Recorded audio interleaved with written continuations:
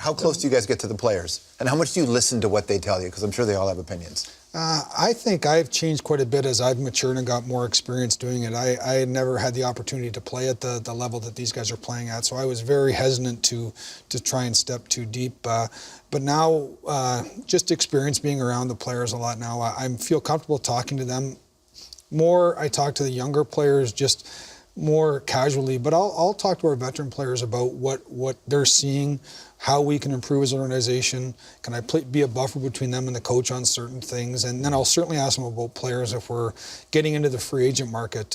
Obviously, when we signed Paul Stastny this year, we had a lot of guys that play with him on either in Colorado, and a player like Kevin Shattenkirk, or with Team USA. So I have no problem asking the players their opinions if I think it helps the team. But I don't want to get them too far removed from their day job. Do you, are there calls that you might get from one GM where you're just not answering? Are there a couple GMs that you don't want to talk to about trades? No. I answer the phone with another GM. I think first off, out of respect, and relationship, if another manager calls, you try to get back as quickly as possible. Certainly within an hour if you're traveling with that day. But we go to enough of these GM meetings, and you build relationships up. And if you don't, when there's new managers coming in, I think it's important to go out and have a beer with them and build a relationship with them, because if you're trying to do a deal, the deal has to work for both teams. It's the days of thinking that you're going to trade a battleship for a rowboat. Those days are long gone. There's too many people involved in the decisions, too many levels of decision making. So the deal has to work for both teams. How do you judge the quality of a character?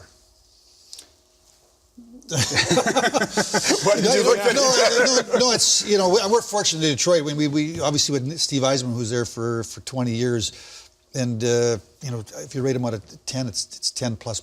So, Doug talked a little bit earlier about the culture, and Doug was in Dallas, and Detroit, Colorado, and Dallas were probably the big three for a long time, for 7, 8, 9 years. Mid to late 90s to the mid 2000s, and all three teams had tremendous leaders, but tremendous character in their leaders. And I think when your leadership's got tremendous character, they can pass it on to some degree to your younger players. If your older players don't have it, your younger players are really searching for what characters and what is character. I mean, I think, how do you define character? But I think character ultimately, to me, is when the player decides the team is more important than his individual stats, his individual contract, and they're prepared to sacrifice. Now, to a degree, I mean, we all want to make money. They all want their ice time and their stats, but they get to a point in their career when winning, and going on playoff runs is more important than anything else that they do.